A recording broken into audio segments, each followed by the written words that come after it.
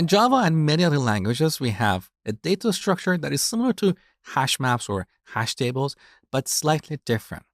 So you learn that maps or hash tables or hash maps, whatever you want to call them, they basically map a key to a value.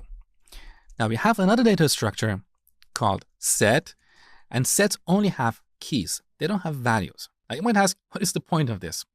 Well, they're actually very useful in solving a lot of problems because sets, just like maps, don't allow duplicate keys. So let's say we have a list of numbers, and in this list we have duplicates. Now we want to remove these duplicates. All we have to do is to get each item and add it to a set. Because sets don't allow duplicates, we'll end up with a unique list of values in this list. So that's one application of sets. Now, similar to maps, we have an interface called set. This is a generic interface, so we have to specify the type of keys that we want to store in this set.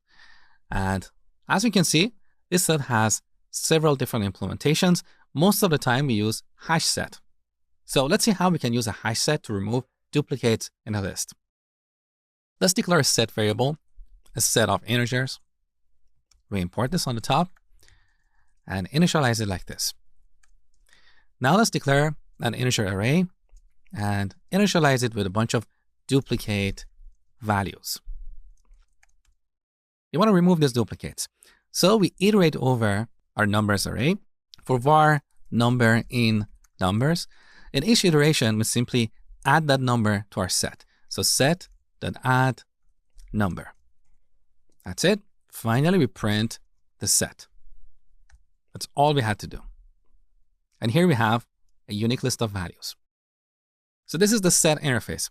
Now, just like the map interface, here we have a remove method. We can remove one object or all objects in a set. We can also check to see if we have a given number or a given key more accurately. We can get the size of the set. We can clear the set, and we can iterate over it just like iterating over maps. So sets are pretty easy. Next, we're going to look at another interview question.